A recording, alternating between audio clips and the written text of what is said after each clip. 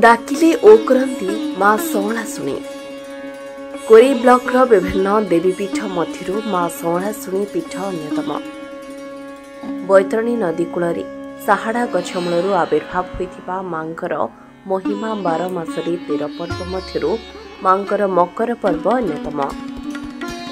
मांकर अपार महिमा जहाँ लोक माने बखाणी मांकर करुणारू बहु दुरारोग भल होता बेले जो लोक मां निकटरे जहाँ मानसिक रखती ताहा मध्य पूरण हुए। पूजकों कहवा मुताबक क्यों प्राचीन कालरू मांकर आविर्भाव होता बेले डाकिले जवाब दियंती माँ सौला शुणी। सर्वस्वरूपे सर्वेशे सर्वशक्ति समन्विते भयभ्यस्त्राहिनो देवी दुर्गे देवी नमस्तुते। ये सारा जगत होछि मातृमय। ये आम निकटरे माँ सिद्धेश्वरी मातृरूपे अवस्थित।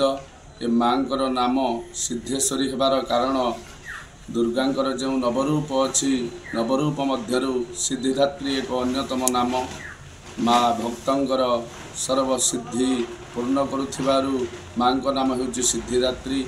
अणिमादि अष्टसिद्धिर प्रदानकारी अटंती माँ सिद्धेश्वरी।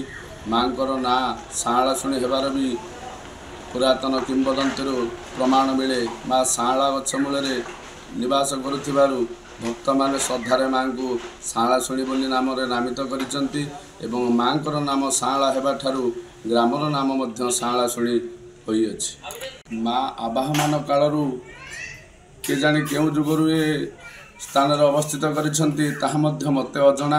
केवल पौराणिक किंवदंती आमे यह शुणिबा को पाइअछु जे पूर्वरु माँ एक फरुआ रूप एठी थिले। सुनार फरुआ ए ग्रामर जड़े व्यक्ति माँकर सुना फरुआ को नेबापी चेष्टा करथिला। जहा फल रे माँ ताको परीक्षा करने को जाई निजको पाषाण रूप में परिणत कर देथिले एवं से भक्त आ माँकर सुनार फरुआ को भांगी न पारी माँ पत्थर फरुआ पलटि जाइथिले। सुनार फरुआ भांगी न पारी माँ को पाखरे प्रणाम जणाई माँ को एठार छाड़ी देइकरी पळैथिला एवं जो साधु श्रद्धालु भक्त माने माँ को दर्शन करने आसंती माँ समस्तंकर